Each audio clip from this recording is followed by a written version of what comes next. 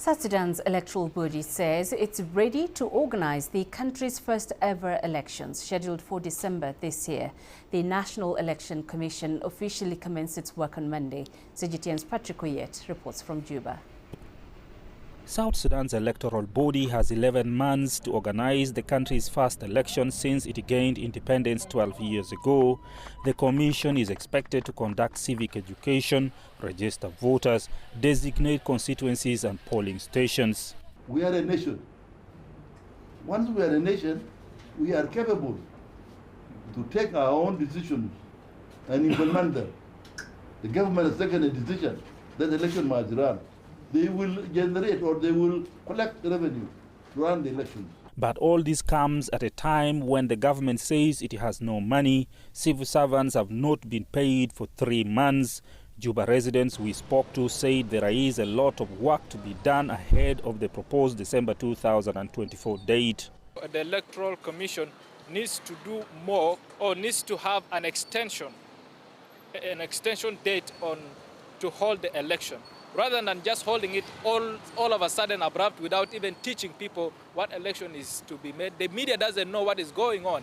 It's just from the body telling us there is election, but we don't know election. The reason why I think it must happen, one, is because we need to legitimize this government. Decision making has been a problem for this country. You see, we have five vice presidents, and you need to ask each and every vice president before you can decide, you know. All these factors, when we have an election and there is a sitting government in place, all these lengthy decision-making procedures will not be there. And we'll have the president with all the powers to make decisions like a real president. A new constitution to guide the conduct of the elections is yet to be made. The United Nations mission in South Sudan says it supports the country's elections, but it also says conditions are not yet favorable for conduct of a free, fair and credible elections in the country. The United Nations is raising concern over an increase in violence at local government levels. Last week, 28 people were killed in the east of the country due to intercommunal violence. The government says it is working to address the security challenges. South Sudan will be in peace and harmony this time. We will not be at war again, especially at a time when we need peace, this peace most, because we are moving for elections.